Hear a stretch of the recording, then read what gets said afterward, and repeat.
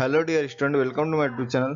इसके प्रीवियस हमने देखा था कि ट्रिग्नोमेट्री का पार्ट 1। आज हम लोग पार्ट 2 देखने वाले हैं, जहाँ पे हम ये देखने वाले हैं कि कार्टेशियन कोऑर्डिनेट क्या होते हैं, पोलर कोऑर्डिनेट क्या होते हैं, साइन एंड कोसाइन रूल से रिलेटेड क्वेश्चन को हम लोग सॉल्व करने वाले हैं। Cartesian coordinate and polar coordinate. जो कार्टेशियन कोऑर्डिनेट होते हैं उनको x, y के फॉर्म में लिखते हैं, एंड जो पोलर कोऑर्डिनेट होते हैं उसको r, थीटा के फॉर्म में लिखते हैं। तो ये हमारे क्वाड्रेंट है, यहाँ पे एक्स एक्सिस, ये हमारा वाई एक्सिस है। ये जो है वाई एक्सिस के पैरेलल है तो इसको y लिखेंगे, और ये हमारा रेडियस होगा, और ये जो हमारा x होगा। यहाँ पे एंगल 90 डिग्री होगा। अगर यहाँ ये थीटा है तो यहाँ पाइथागोरस थ्योरम अप्लाई करेंगे तो पाइथागोरस थ्योरम क्या होता है, hypo square equal to one side square plus other side, so that is the r square equal to x square plus y square. ये कब हम यूज करते हैं, जब हमारे पास कार्टेशियन कोऑर्डिनेट मतलब x और y दिया रहता है, और पोलर कोऑर्डिनेट मतलब r और थीटा पूछेगा तो उसके लिए हम यूज करते हैं। और थीटा फाइंड आउट करने के लिए क्या करेंगे, साइन थीटा और कॉस थीटा का फार्मूला। तो साइन थीटा और कॉस थीटा कैसे निकलता है उसको देखेंगे।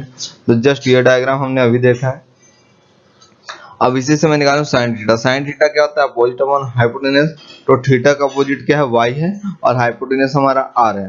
तो r को अगर मैं लेफ्ट हैंड साइड लेता हूं तो r into sine theta equal to y, तो value of y equal to क्या होता है, r sine theta.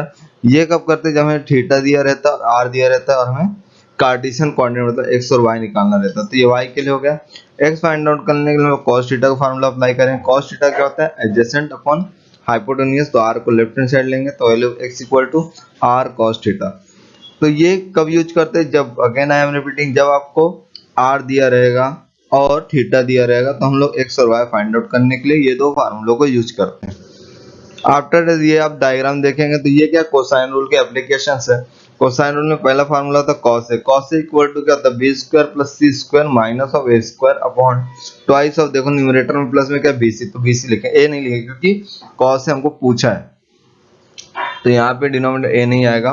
cos b के लिए क्या होगा, b को नहीं लेंगे, पहले C square plus A square minus of B square divided by twice of C है, and cos c equals to a square plus b square minus of c square upon 2ab।